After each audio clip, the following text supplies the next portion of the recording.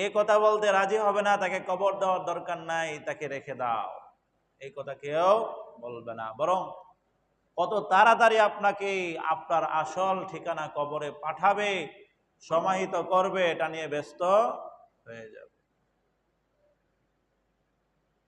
কবর হলো আসল ঠিকানা। একটু আগেও ভাই বলতেছিলেন, এই যে আমাদের মুয়াজ্জিন ভাই, আবুল ভাই, দুনিয়াতে বাড়িঘর করতে গেলে অনেক টাকা পয়সার প্রয়োজন হয়, কিন্তু আসল ঘর যেটা কবর, সেই কবরের জন্য টাকা পয়সা লাগে না। ওইটা মধ্যে মানুষ ফ্রিতে করে দেয়।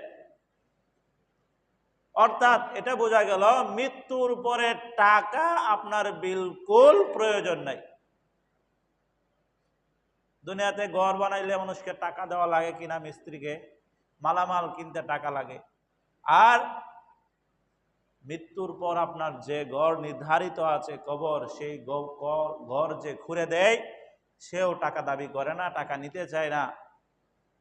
এমনকি মানুষ এই কবরের জায়গা অক্ষ করে দেয়, দেয় কিনা? তাহলে ওই জায়গায় টাকার কোনো ভ্যালু নাই। কিসের ভ্যালু? নেক আমল। নেক আমল যদি আপনার থাকে, তাহলে ওই কবর জগৎটা হবে আপনার জন্য সুখময়, শান্তির ঠিকানা। আর যদি নেক আমল না থাকে, সেই ঘর হবে না আপনার শান্তির ঠিকানা। দুনিয়ার বাড়িতে যেমন লাইটিং এর প্রয়োজন হয়, বিদ্যুৎ সংযোগের প্রয়োজন হয়, গ্যাসের প্রয়োজন হয়, বিভিন্ন হাজতের জন্য বিভিন্ন সামগ্রী প্রয়োজন হয়, কবর জগতেও আপনার সব সামগ্রী মিলবে নেক আমলের মাধ্যমে। জন্য মোহতারাম হাজরিন, কবর সম্পর্কে লম্বা একটা হাদিস আছে, লম্বা হাদিস। রাসূলের এই লম্বা হাদিসটাই আজকে আলোচনা করব ইনশাআল্লাহ। ওয়া মা তাওফিকি ইল্লা বিল্লাহ। মোহতারাম মুআজ্জাজ হাজরিন, রাসূল আকরাম সাল্লাল্লাহু আলাইহি ওয়াসাল্লাম একদা এক আনসারী সাহাবীর জানাজার উদ্দেশ্যে রওনা হলেন। হাদিসটি বর্ণনা করেন বারা ইবনে আজিব রাদিয়াল্লাহু তাআলা আনহু। বারা ইবনে আজিব রাদিয়াল্লাহু তাআলা আনহু বলেন, একদা রাসূল আকরাম সাল্লাল্লাহু আলাইহি ওয়াসাল্লাম আমাদেরকে নিয়ে এক আনসারী সাহাবীর জানাজা পড়ার উদ্দেশ্যে রওনা করলেন। প্রতিমধ্যে কবরের মুখোমুখি সম্মুখীন হয়ে গেলেন। দেখলো কবর খোঁড়া, একজনের জানাজা যাইতেছেন রাস্তা দিয়া। এরকম হতে পারে না যে কবরটা যে জায়গায়, ওই জায়গাটা অতিক্রম করে তার বাড়িতে যেতে হবে। প্রতিমধ্যেই পড়ে গেল, মনে করেন উত্তর দক্ষিণ। তো উত্তর থেকে আপনি দক্ষিণে যাবেন, মাঝামাঝি যদি কবরটা হয়, কবর দেখে যাবেন না? রাসূল এই কবরের পাশ দিয়ে অতিক্রম করার সময় কবরের পাশে বসে গেলেন। হযরতে বারা ইবনে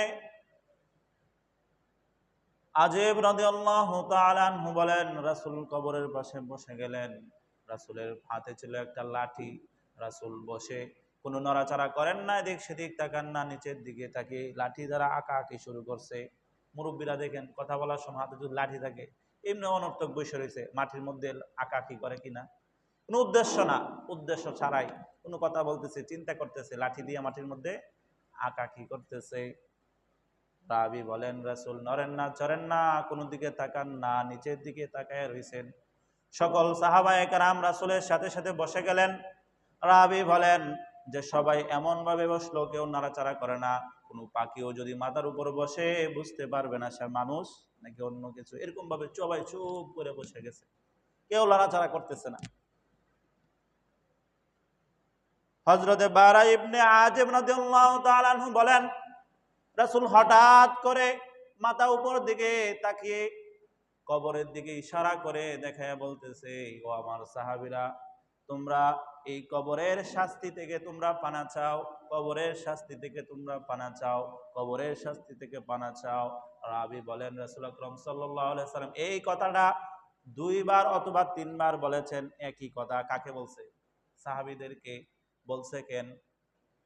পৃথিবীর সর্বশ্রেষ্ঠ মানব, তার সাথী যাদেরকে বলা হয় রাদিয়াল্লাহু তাআলা আনহু, মানে আল্লাহ তাদের প্রতি সন্তুষ্ট হয়ে গেছে, রাজি খুশি হয়ে গেছে, তাদের দুনিয়া থাকতে জান্নাতের সার্টিফিকেট পেয়ে গেছে, এমন সাহাবীদেরকে বলতেছে তোমরা কবরের শাস্তি থেকে পানা চাও, কয়বার বলছে? গুরুত্বের জন্য 3 বার। আমরা একটা কাজ গুরুত্বের জন্য বারবার বলি না? রাসূল সাহাবীদেরকে বলতেছে গুরুত্ব দিয়ে বারবার যে তোমরা এই কবরের শাস্তি থেকে পানা চাও। এখন চিন্তা করেন আমাদের অবস্থা কি হওয়া দরকার, আমাদের কত বেশি পানা চাওয়া দরকার কবরের শাস্তি থেকে। এই গুরুত্ব দিয়ে বলতেছে, ও আমার সাহাবীরা, তোমরা এই কবর থেকে তোমরা পানা চাও। কারণ কারণ কি? এই কবর হচ্ছে ভয়ানক জায়গা। কবর তো সদা সর্বদাই ডাকে বলে, অন্য এক রাওয়াতে এসেছে, আনা বাইতুল ওয়াহদা, আমি একাকিত্বের ঘর, আমার কাছে সব সময় নীরব থাকে, কেউ সাথী হয়ে আসে না। আনা বাইতুল ওয়াহদা, আমি একাকিত্বের ঘর, আমি হচ্ছে একাকিত্বের ঘর, আমার কাছে আসার আগে বুঝা শূন্য আইসো। কে ডাকে? কবর হর হামেশা ডাকতে থাকে, আনা বাইতুল গুরবা, আমি অপরিচিত ঘর, আমার কাছে আসার আগে বুঝা শূন্য আইসো। কবর কি আমাদের পরিচিত না অপরিচিত? গেছেন কোনোদিন? যান নাই? মাটি দাইকা বলে আমি অপরিচিত ঘর, আমি গরবা, আমার কাছে আসার আগে একটু বুঝা শূন্য হিসাব নিকাশ কইরা আইসো। কবর ডাকতে থাকে, আনা বাইতুত তুরাব, আমি মাটির ঘর, আমার কাছে আসার আগে বুঝা শূন্য আইসো। মাটির ঘর, আমার কাছে আসার আগে বুঝা শূন্য আইসো। কবর ডাইকা বলে, আনা বাইতুদ দুদ, আমি পোকামাকড় সাপ বিচ্ছুর ঘর, আমার কাছে আসার আগে হিসাব নিকাশটা একটু কইসা আইসো। কবর কি কয়? একটু বুঝা শুনে যাওয়ার জন্য হাদিসের বর্ণনা এসেছে। এভাবে কবর হর হামেশা ডাকতে থাকে। তাহলে কবর জগতে যাবেন, কবর জগতে থেকে শাস্তি থেকে ফিরতে হবে, এটা কি বেশি পানা চাইতে হবে আল্লাহর কাছে নাকি কম? পানা চাওয়ার সাথে সাথে আমাদের কর্ম ঠিক রাখতে হবে কিনা, আমাদের কাজ কর্ম ঠিক রাখতে হবে। কবর যে ঢুকতে হবে, রাসূল যে বললেন, কি জন্য বললেন? কারণ কবর এই কথা বলে যে ঢুকতে হবে, আসো। আবার রাসূল এই কথা বলেন যে কবর থেকে তোমরা পানা চাও। মুহতারাম মুআজ্জাজ হাজিরিন, এই কবর জগৎ হচ্ছে খুব কঠিন এক জায়গা। রাসূল কোথায় আঁকতেছেন?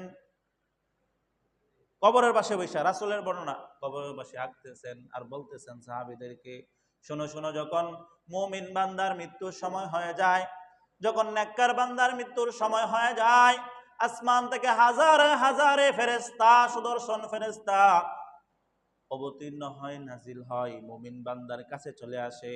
মালাকুল মাউত তার মাথার পাশে বসে থাকে। মালাকুল মাউত নাকি আজরাইল? বলেন, মৃত্যুর ফেরেশতার নাম কি? মালাকুল মাউত, মৃত্যুর ফেরেশতা। এখন আমরা জানি আজরাইলে জান কবজ করে, জানি কি না? কোন? বাংলাদেশে 10 জন, ইন্ডিয়ায় 10 জন, পাকিস্তানে 10 জন, আমেরিকায় 10 জন একসঙ্গে মারা গেল। তাহলে কার কার জানটা কোন সময় কিভাবে কি করলো? একই সময়ে 1 সেকেন্ডের মধ্যে মারা গেল। অথবা মনে করেন একটা বিল্ডিং, 10 তলা বিল্ডিং, ওটার ভিতরে 5000 মানুষ একেবারে চাপাকায় পুরোটা একসঙ্গে মারা গেল। কার জানটা কোন সময় নিল? আসলে হযরতে আজরাইল আলাইহিস সালাতু ওয়াস সালাম প্রধান, ওনার অধীনে কি আছেন? অসংখ্য অগণিত মালাকুল মাউত অর্থাৎ মৃত্যুর ফেরেশতা নিয়োজিত কাজ করেন। দেশকে চালান ডক্টর ইউনূস। কি বলেন? দেশ ডক্টর ইউনূস চালান না? ওনার উপদেষ্টা নাই? অনেকগুলো উপদেষ্টা, উপদেষ্টাদের সচিব নাই? হ্যাঁ, এরকম তাদের অধীনে অনেক লোক থাকে, প্রশাসন থাকে, তারা কাজ করে। এই কাজ ভালো করলেও তার দোষ, মন্দ করলেও তার দোষ। মূল কাটা ওই রকম। ওনার অধীনে অসংখ্য অগণিত মালাকুল মাউত মৃত্যুর ফেরেশতা ওনার তত্ত্বাবধানে কাজ করে, যা নির্দেশ করে সেই অনুযায়ী মালাকুল মাউত মুমিন বান্দার মাতার পেশে এসে বসে যায়। মুমিন বান্দার মাতার পেশে বসে ডাকতে থাকে, ইয়া আইয়ুহান নাফসু ইয়া আইয়ুহান নাফসাল হামিদা, হে পবিত্র আত্মা উখরুজি, তুমি বের হয়ে আসো। ডাকটা কিভাবে দিলেন? পবিত্র আত্মা, কারণ কি? সে মুমিন, নেক কাজ করছে। ইয়া আইয়ুহান নাফসাল মুতমাইন্না, ইয়া আইয়ুহান নাফসাল হামিদা, হে প্রশংসনীয় আত্মা উখরুজি, তুমি বের হও এমন রবের দিকে যে রব তোমার প্রতি সন্তুষ্ট। এমন রবের দিকে বের হয়ে আসো যে রব তোমার প্রতি সন্তুষ্ট। বর্ণনায় পাওয়া যায় মুমিন বান্দার রূহটা এরকম ভাবে আস্তে ধীরে কবজ করা হয় যেমন মুমিন বান্দার কষ্ট কম হয়। হাদিসে এসেছে যে একটা পাত্র থেকে যখন পানি নিগৃহীত হয় আস্তে আস্তে শেষের পুরাটা যখন খুব সাধারণভাবে সবগুলা পানি একত্র করে আস্তে আস্তে আস্তে আস্তে শেষের পানিটা পড়ে কিনা, তো বলতেছে শেষ ফুটাটা যেভাবে পড়লো মুমিন বান্দার আত্মাটাকে এইভাবে আস্তে ধীরে কষ্টবিহীন তার রূহটাকে বের করা হয়, আত্মাটাকে বের করা হয়। বের করার পরে হাজার হাজার সুদর্শন ফেরেশতারা প্রতিযোগিতা শুরু করে দেয় কে এই আত্মা বহন করবে। এই সৌভাগ্যশীল মুমিনা আত্মাকে বহন করবে, সবাই প্রতিযোগিতা শুরু করে দেয়। হাদিসের মধ্যে পাওয়া যায় ফেরেশতারা জান্নাতি পোশাক এনে বিছায়া দেয়, কাফনের কাপড় এটার মধ্যে রাখা হয়। রাখার সঙ্গে ফেরেশতারা কারাকারি শুরু করে দেয় কে বহন করবে। এক পর্যায়ে তার আত্মাটা উপরের দিকে উঠানো হয়, নিয়ে চলে যায় প্রথম আসমানের দিকে। প্রথম আসমানের ফেরেশতারা বলে কার আত্মা কোথায় নিয়ে যাও? উত্তর করা হয় অমুকের আত্মা, অমুকের পুত্র, অমুকের আত্মা নেওয়া যাওয়া হচ্ছে। এরকম সুগন্ধ কোত্থেকে আসতেছে? পৃথিবীর জমিনে এরকম সুন্দর ঘ্রাণ ইতিপূর্বে আমরা পাই নাই। কে বলে? ফেরেশতারা প্রথম আসমানে বলতেছে এত সুঘ্রাণ একটা এত পবিত্র আত্মা কোত্থেকে এনেছো? কার আত্মা এটা? তার পিতার নাম কি? এরকম সুন্দর ঘ্রাণ আমরা পৃথিবীতে আর কোনো সময় পাই নাই। তো বলতেছে অমুকের বেটা অমুক, তার আত্মা নিয়ে যাওয়া হচ্ছে। প্রথম আসমানের ফেরেশতা উপরে পাঠায়া দেয়, দ্বিতীয় আসমান এরকম স্বাগতম জানাতে থাকে। প্রথম মাঝখানে যত ফেরেশতা পড়ে স্বাগত জানাতে যাতে দ্বিতীয় আসমানের ফেরেশতা একই জিজ্ঞাসা করে কার আত্মা কোত্থেকে নিয়ে আসছে এত সুঘ্রাণ, উপরে পাঠায় দেয়। এরকম ভাবে দ্বিতীয় আসমান, তৃতীয় আসমান, চতুর্থ আসমান, পঞ্চম আসমান, ষষ্ঠ আসমান যখন পর্যন্ত উঠানো হয়, রব্বুল আলামিন বলে এই আত্মাকে আর উপরে উঠানো হবে না, তার নামটা তোমরা ইল্লিয়িনের মধ্যে লিখে দাও, ইল্লিয়িনের মধ্যে লিপিবদ্ধ করে দাও। ইল্লিয়িন হচ্ছে এমন একটা জগৎ যে জগৎটা হচ্ছে শান্তিময়, সুখময়। ইল্লিয়িন উপরের মর্যাদা, তবকা তাদের উপরে। ইল্লিয়িনে রেখে দেওয়া হয় তাদের আত্মাটাকে। ওইদিকে লাশটাকে আমরা কি করি?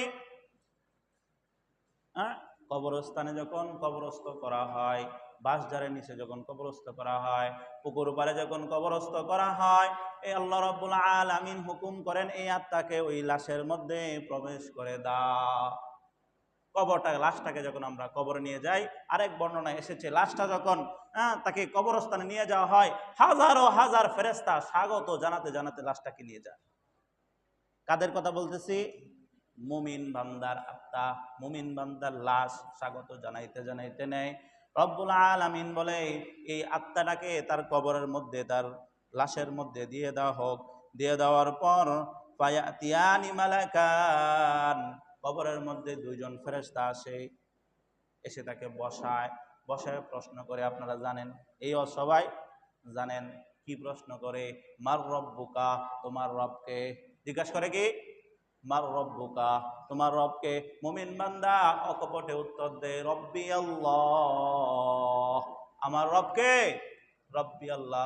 কন্যা সবাই আমাদের রবকে রব্বি আল্লাহ, আমাদের রব আল্লাহ, আমাদের রব আল্লাহ।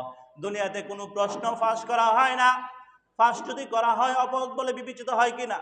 এসএসসি, এইচএসসি যত পরীক্ষা হয় প্রশ্ন ফাঁস করা হয় না। যদি ফাঁস করা হইতো, এই পরীক্ষা যদি 1 মাস আগে ফাঁস করা হইতো, সব ছাত্র ফাঁস করে লাইতো, কেউ ফেল করতো। কিন্তু আখিরাতের প্রশ্ন কি হবে আগে থেকে ফাঁস করা আসেনি। এরপরও আমাদের কাজ নাই, এরপরও আমাদের এই কাজ নাই।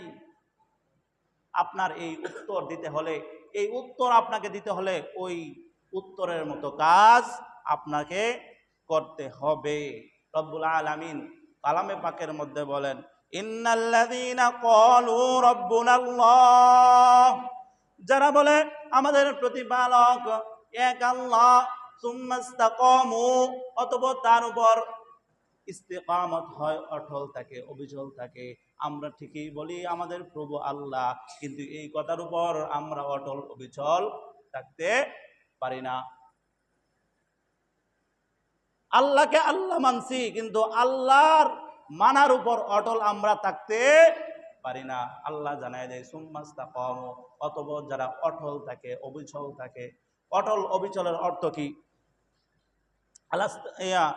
আমাদের যখন রুহের জগতে ছিলাম আমাদেরকে প্রশ্ন করা হয়েছিল, আলাস্তু বিরব্বিকুম, আলাস্তু বিরব্বিকুম, তোমাদের প্রভুকে? আমরা সবাই বলেছিলাম তোমাদের প্রভু কি আমি নই? আল্লাহ জিজ্ঞাসা করেছিল, আমরা বলেছিলাম বালা, হা। ইহুদিরা বলেছিল হা আপনি আমাদের প্রভু, হিন্দুরা বলেছিল আপনি আমাদের প্রভু, নাসারা বলেছিল আপনি আমাদের প্রভু, খ্রিস্টানরা বলেছিল আপনি আমাদের প্রভু, মুসলমান বৌদ্ধ যত জাতি আছে সবাই বলছিল আপনি আমাদের প্রভু, আলেমরা বলছিল আপনি আমাদের প্রভু, সাধারণ মানুষ বলছিল আপনি আমাদের প্রভু, ওলিরা বলছিল আপনি আমাদের প্রভু, নবীরা বলছিল আপনি আমাদের প্রভু। সুম্মাস্তাকামু, সবাই অটল থাকতে পারে নাই। এখন সবাই অটল আছে নাকি ভিন্ন? এই অটল থাকা হচ্ছে মূল জিনিস। আমাদের রব যে আল্লাহ, আমাদের রব যে আমাদের প্রতিপালক, এটা কয় জীবনে? 6 জীবনে আমাদের রব আল্লাহ। আমাদের রব কয় জীবনে? 6 জীবনে। রব্বুল আলামিন ব্যক্তি জীবনে আমাদের রব, পারিবারিক জীবনে রব, সামাজিক জীবনে রব, অর্থনৈতিক জীবনে রব, রাষ্ট্রীয় জীবনে রব, আন্তর্জাতিক জীবনে রবকে আল্লাহ। পারিবারিক জীবনে, ব্যক্তি জীবনে রব কি? ব্যক্তি জীবনের রব হচ্ছে নামাজ পড়া, রোজা রাখা, নিজের আমল ঠিক করা। ব্যক্তি জীবনের রব কিনা বলেন? রবকে আপনি মানছেন, রবের কাজ করতে হবে। পারিবারিক জীবনের রব হচ্ছে আপনার পরিবার। আপনার পরিবার আপনার কথাই চলে কিনা, আপনার বিবি পর্দা করে না, আপনি পারিবারিকভাবে আল্লাহকে রব মানতে পারেন নাই, আপনার সন্তান নামাজ পড়ে না, আপনিও নামাজ পড়তে বলেন না, আপনি পারিবারিকভাবে আল্লাহকে রব মানেন না। যদি এই কাজগুলো না করতে পারেন, রব্বি আল্লাহ মুখ দিয়ে আসবে না। আপনার পরিবারকে আপনি সঠিকভাবে চালাতে হবে কিনা? নবী বলেন আল্লাহ কুল্লুকুম রাইন ওয়া কুল্লুকুম মাসউলুন আন রাইয়াতিহি। হে অভিভাবক, সাবধান সাবধান, তোমাদের অধীনস্থ সম্পর্কে তোমাদেরকে জিজ্ঞাসা করা হবে। আপনি পাক্কা নামাজি, আপনার বউ নামাজ পড়ে না, আপনি বেগানা নারীর দিকে তাকান না, চোখ গেলেও ফিরে আনেন, কিন্তু আপনার বউ ওর হামেশা খেতে ঘাস কাটতেছে, খেতে কাজ করতেছে, সবার সামনে যাচ্ছে, আপনার ভাইয়ের সামনে যাচ্ছে, চাচার সামনে যাচ্ছে, পাড়া প্রতিবেশীর সামনে যাচ্ছে, আড্ডা দিচ্ছে, আপনার কোনো মাথা ব্যথা নাই। মানে আপনি পারিবারিকভাবে আল্লাহকে রব মানেন নাই। কথা ক্লিয়ার না? বুঝে আসছে? হ্যাঁ, অনেকের গায়ে লাগতে পারে, হুজুর কয় কি? আসলে এটাই বাস্তব। আপনি হাজি হতে পারেন, আপনি নামাজি হতে পারেন, আপনি আপনার সব কিছু ঠিক আছে, কিন্তু পারিবারিকভাবে আল্লাহকে রব হিসাবে যদি মানেন, তাহলে পরিবারকেও আপনি যেভাবে চলেন সেভাবে চালাতে হবে। আমরা ওইদিকে না যাই, জায়গায় বসে।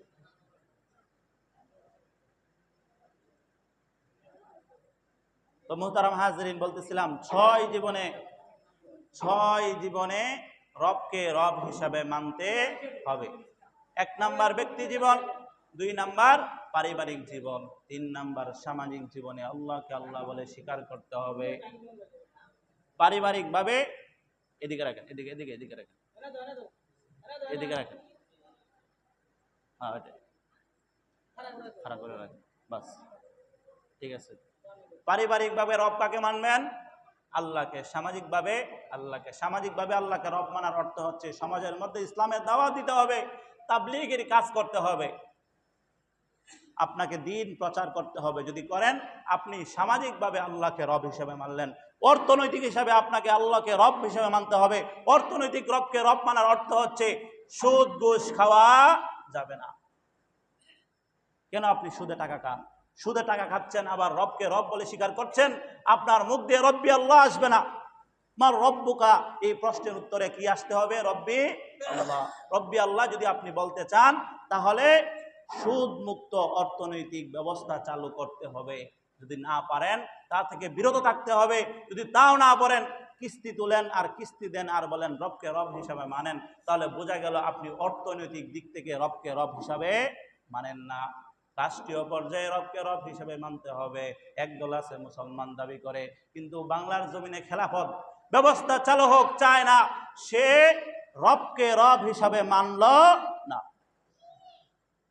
গণতন্ত্র নিয়ে তারা সন্তুষ্ট, কিন্তু তারা চায় না, মন থেকে চায় না যে এটা খেলাফত ব্যবস্থা চালু হোক। যদি এটা না চান, আপনি রবকে রব হিসেবে মানলেন না। পরিষ্কার কথা। আপনি পারছেন না খেলাফত ব্যবস্থা চালু করতে, কিন্তু আপনার অন্তর থেকে এটা চাহাত থাকতে হবে যে খেলাফত ব্যবস্থা চালু হোক। আপনার যতটুকু পক্ষ থেকে আপনার সামর্থ্য অনুযায়ী যতটুকু সাহায্য সহযোগিতা করা লাগে এটা আপনার করতে হবে। এটা ভোটের মাধ্যমে হোক, মিছিল মিটিংয়ের মাধ্যমে হোক, এই চেষ্টাটুকু আপনার মুমিন হিসাবে থাকা দরকার। এটা হচ্ছে রাষ্ট্রীয় পর্যায়ে। এই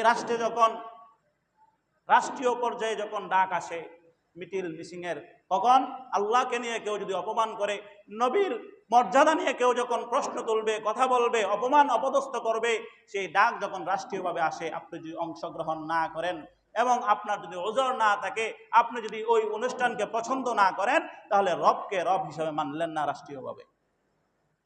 রাষ্ট্রের পক্ষ থেকে একটা বেদিনী কাজের ঘোষণা করা হলো, আপনি সমর্থন করলেন, তাহলে আপনি রবকে রব হিসাবে মানলেন না।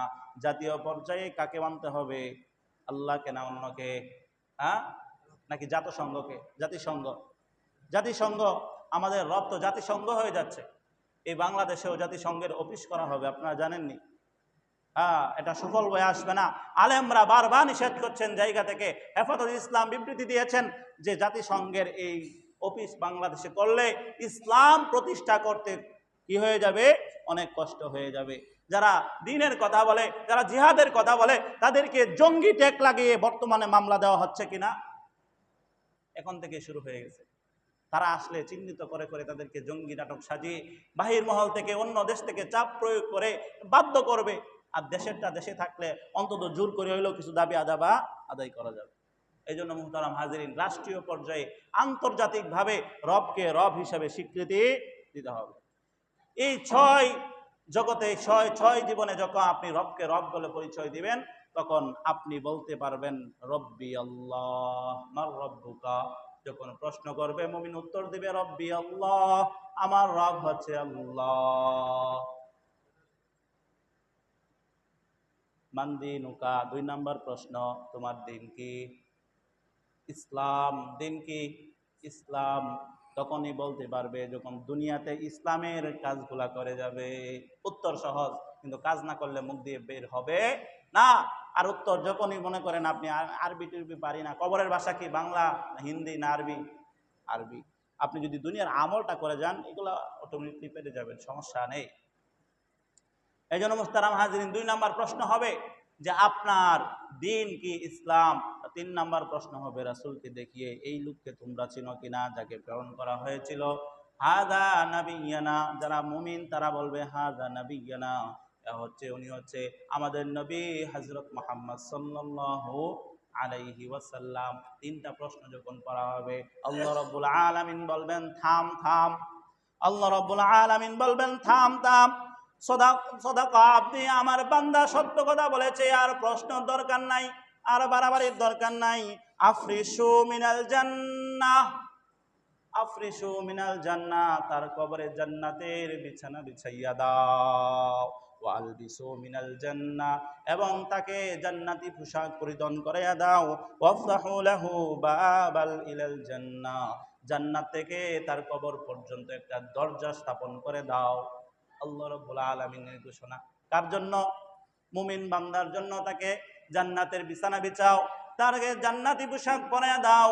জান্নাত থেকে কবর পর্যন্ত একটা সুড়ঙ্গ কেটে দাও, দরজা স্থাপন করো, যে জায়গা দিয়ে জান্নাতি উপভোগগুলা করতে পারবে, জান্নাতি জিনিসগুলা করতে পারবে, ধরতে পারবে, দেখতে পারবে। বান্দা যখন জান্নাতের সঙ্গে প্রশস্ত হয়ে যাবে, জান্নাতের সঙ্গে সংযোগ স্থাপন হয়ে যাবে। মনে করেন এই জায়গাটাকে মসজিদের বাহিরের অংশ না, মিম্বরটা বাহিরের অংশ। এই মিম্বরটা কিন্তু মসজিদের বাহিরের অংশ, এটা হচ্ছে মসজিদের অংশ। এখন বলেন এই জায়গায় যদি এসি লাগান, আমি বৈশা বাতাস পাবো কিনা? কারণ কি?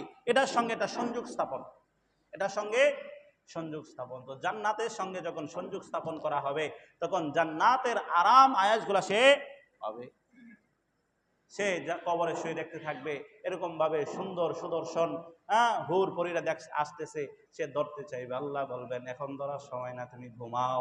তোমাকে জাগানো হবে সময় মতো, তোমাকে জাগানো হবে সময় মতো কেমন ঘুমানো, নববধূর রাত্রে বাসর রাত্রে দোলা যেমন আরামে ঘুমায় ওরকম আরামে ঘুমাও।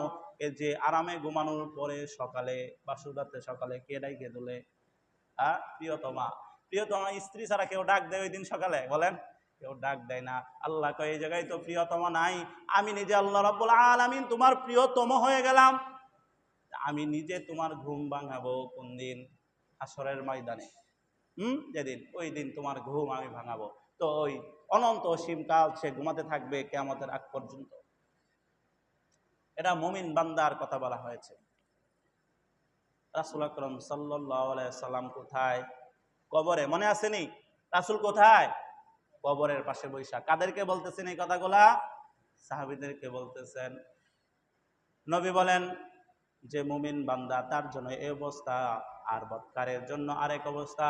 যখন পাপী বান্দার মৃত্যুর সময় হয়ে যাবে, পাপী বান্দার যখন মৌতের সময় হয়ে যাবে, হাজার হাজার ফেরেশতা একই রকম ভাবে আসমান থেকে অবতীর্ণ হবে। তাদের চেহারাগুলো হবে ভয়ঙ্কর, তাদের দাঁতগুলো হবে বড় বড়, চোখগুলো হবে আগুনের। তাদের দেখলে আলাদা একটা ভয় লাগবে, অন্তর কেঁপে যাবে। তারা যখন এসে মাথার পাশে বসবে, বসে তাদেরকে এমন কষ্টভাবে জানটা বের করা হবে। হাদিসের মধ্যে এসেছে কোনো ব্যক্তিকে যখন কোনো প্রত্যেক পশমের গোড়ায় গোড়ায় আস্তে করে কাটা দিয়ে আঘাত করা হয়, যেরকম কষ্ট অনুভব হয়, পাপী বান্দার আত্মা বের করার সময় এরকম অনুভব হবে। অন্য এক রায়াতে বলা হয় বীজা তুলা, বীজা রুই, রুই রুই তেলেনি শিমুলের রুই, বীজা রুই। ওই বীজা রুইয়ের বিরুদ্ধে যদি কোনো রকম রড ঢুকানো হবে, রড কি খুব সহজে চলে আসবে নাকি আটকে যাবে? আটকে যাবে। টান দিয়ে দিতে দিতে আস্তে করে ছোটাতে ছোটাতে বের করা হবে। ঠিক তেমনি ভাবে পাপী বান্দার অন্তরে এরকম ভাবে ওইরকম প্রচন্ড কষ্ট হবে যখন একটা মানুষের প্রত্যেক পশমের গোড়ায় গোড়ায় সুই মারা হবে। এরকম আস্তে আস্তে তার কষ্টটা, অনেক কষ্ট দিয়ে তার জানটা বের করা হবে। আগে কি ছিল? সবাই প্রতিযোগিতা করত, কিন্তু হাজার হাজার ফেরেশতা ওই নাফরমানের রূহটাকে, আত্মাকে কেউ নিতে চাইবে না। সবাই ধাক্কা ধাক্কি লাগবে, কেউ নিবে না। একজন বলবে আমার কাছে বস্তা আছে, বস্তার ভিতরে বড়। আগেরটা জান্নাতি কাফন, এখন পাপী বান্দার জন্য বস্তার ভিতরে বরানো হবে, বস্তার ভিতরে উপরের দিকে নেওয়া হবে। প্রথম আসমানে যখন নিয়ে যাওয়া হবে, ফেরেশতারা বলবো কার আত্মা কোত্থেকে নিয়ে আসছো?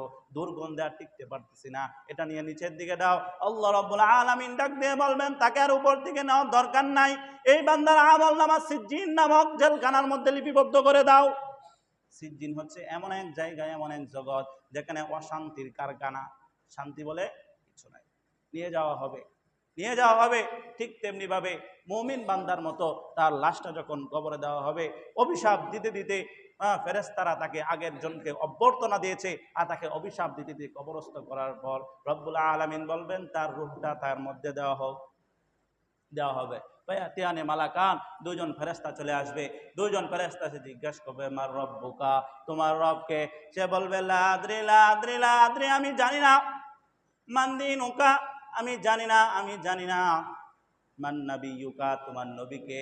ওই লোকটাকে চিনোনি যে লোকটাকে তোমাদের হেদায়েতের জন্য পাঠানো হয়েছে?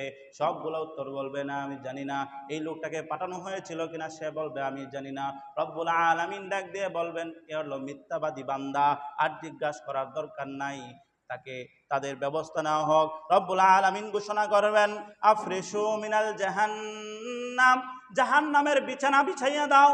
ওয়ালবিসু মিনাল জান্নাহ মিনান নার, এবং নার জাহান্নামের আগুন, জাহান্নামের আগুনের পোশাকটাকে পরিধান করায় দাও। ওয়াফতাহু বাবা মিনান নার, এবং তার কবরটাকে জাহান্নামের সঙ্গে সংযোগ স্থাপন করে দাও।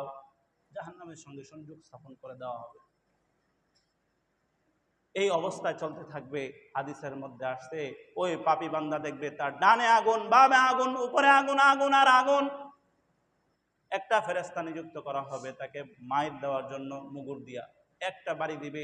বলা হয় যে ওই মুগুরের আওয়াজ বাড়ি খেয়ে মুর্দা এরকম আওয়াজ করবে, এরকম আওয়াজ করে হাদিসের মধ্যে এসেছে দুনিয়াতে জিন এবং ইনসান ছাড়া বাকি সকল পশু পাখি এই আওয়াজে শুনতে পায়। এই জন্য মাসালা আছে যে কবরের পাশে গরু ছাগল ঘাস খাওয়ার জন্য না দেওয়া। তারা এই কষ্ট অনুভব করে, তারা বুঝতে পারে, লাফালাফি শুরু করে দেয়। মুহতারাম হাজরিন, এই কষ্ট শুরু হয়ে যাবে। এই কষ্ট অনবরত চলতে থাকবে কোন পর্যন্ত? কিয়ামত পর্যন্ত এই শাস্তি চলতে থাকবে, এটা কবরের শাস্তি। বলা হয়েছে যারা বেনামাজি, যারা নামাজ পড়ে না, নামাজে গুরুত্ব দেয় না, শুধু শুক্রবারে নামাজে আসে, বাকি ওয়াক্তের গুলা নামাজ পড়ে না, তাদের জন্য কবরে ভয়ঙ্কর 3টা শাস্তি হবে। 1 নাম্বার শাস্তি হচ্ছে যে কবরের দুপাশ এসে এরকম ভাবে চাপ দিবে, তার হাড়গুলা একটা হাড়ের সঙ্গে এভাবে মিলে যাবে, একটা হাড়ের ভিতরে আরেকটা হাড় লেগে যাবে। একটু চিন্তা করে দেখেন না কি অবস্থা হবে। 2 নাম্বার শাস্তি, তার কবরের মধ্যে আগুন জ্বালিয়ে দেওয়া হবে, আগুন এসে পড়তে থাকবে, ভস্ম হতে থাকবে। 3 নাম্বার শাস্তি, যে বেনামাজির কবরের শাস্তি হলো তার কবরের মধ্যে একটা বিষধর সাপ নিযুক্ত করা হবে, যে সাপের চোখগুলা হবে আগুনের, তার সাপের নখ থাকবে দুনিয়ার সাপের মতো না, তাই ওই সাপের থাবা থাকবে, যে থাবা থাকবে এই নখের বর্ণনা হাদিসের মধ্যে এসেছে, এই নখ হচ্ছে লোহার নখ হবে, তার প্রশস্ত কত হবে, লম্বা কত হবে, হাদিসের মধ্যে উল্লেখ এসেছে যে নখের এক প্রান্ত থেকে আরেক প্রান্ত যেতে যেতে 1 দিনের রাস্তা। এখন সাপটা কত বড় বোঝেন, এই সাপটা অনবরত দংশন করতে থাকবে, সে শাস্তি তার ভোগ করতে হবে। দুনিয়াতে তো আপনি চাপা খাইছেন, ট্রাকের চাপা, মনে করেন মারা গেছেন, মুহূর্তের মধ্যে আপনি 2-3 মিনিট কষ্ট করছেন, শেষ। কিন্তু ওই কষ্টটা আপনার সদা সর্বদাই গ্রহণ করতে হবে, কারণ আপনি তো মারা যাওয়ার কোনো সুযোগ নাই, মৃত্যুবরণ করবেন না, আপনি শুধু শাস্তিগুলা আযাবগুলা পেতে থাকবেন। এই জন্য মুহতারাম হাজরিন, এরকম কেউ আসি যে কবর জগতে যাব না, নাকি যেতে হবে? যদি যেতে হয় তাহলে কবরের কাজ আমাদের কোথায়? কবরের জন্য সামানা আমাদের গুছাইছি কিনা, সেই ব্যবস্থাপনা আমরা করছি কিনা বলে। আজকে একটু চিন্তা করেন, ল্যাপটা মাথার মধ্যে দিয়া যে আমি কবরের মধ্যে আসি চোখটা বন্ধ করা, এখন কি অবস্থা আপনার হইতেছে, সেই অনুযায়ী আমাদের কাজ আছে কিনা। এই জন্য মুহতারাম হাজরিন, সর্বপ্রথম বলি নামাজটা ঠিক করেন, নামাজ ঠিক করেন। একজন মুমিনের সর্বপ্রথম কর্তব্য হচ্ছে 5 ওয়াক্ত নামাজ আদায় করা। আউয়ালু মা ইউহাসাবু বিহিল আবদু ইয়াউমাল কিয়ামাতিস সালাহ, কিয়ামতের দিন সর্বপ্রথম নামাজের হিসাব হবে। আর যার প্রথম গাটিতেই বাধা, সে আর বাকি কাজগুলা কখন করবে? এই জন্য আমাদেরকে কবরের কাজ করতে প্রস্তুত আছি তো ইনশাআল্লাহ? ইনশাআল্লাহ এই কবরের পথে পরের আমল করেন। আল্লাহ রাব্বুল আলামিন আমাদেরকে কবর জগতের আমল নিয়ে যাওয়ার তৌফিক দান করুন।